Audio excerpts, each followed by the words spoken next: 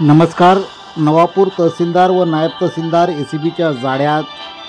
प्रतिबंधात्मक कारवाईसाठी 3,000ची लाचबोली. वर्षभराच्या तपासांती कारवाई. प्रतिबंधात्मक कारवाईसाठी 13 लोकांकडून तडजोडीअंती सुरुवातीला 7,000 व नंतर 3,000 रुपये लाच घेताना नवापुरातील खाजगी पटराला नंदुरबार एसीबीने पकडले होते.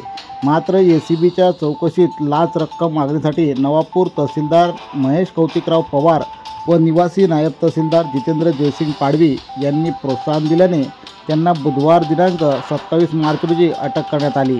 या कारवाईने नवापूर तहसीलमधील लाचखोरांच्या गोटात एकच खळबळ उडाली आहे.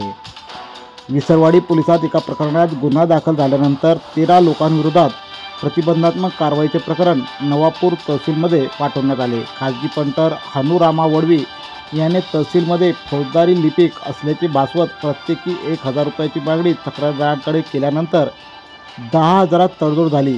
यात 7,000 रुपये आगाऊ घेण्यात आले.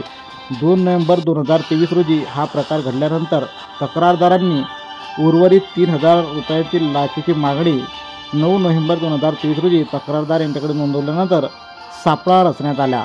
वडवी यास 21 नोव्हेंबर 2023 रोजी अटक करण्यात आली. या प्रकरणी एका वर्षानंतर एसीबीच्या तपासात खाजगी पंटरला लाच मागणे व स्वीकारणे यासाठी नवापूर तहसीलदार महेश कौतिकराव पवार व निवासी नायब तहसीलदार जितेंद्र जयसिंग पाडवी व फौजदारी लिपिक अमृत चंद्रसिंग वडवी यांचे प्रोत्साहन असल्याचे स्पष्ट झाल्याने तहसीलदार पवार निवासी तहसीलदार पाडवी यांना अटक करण्यात आली. तर अमृत वडवी हा पसार झाला आहे. KTN news network, Navapur.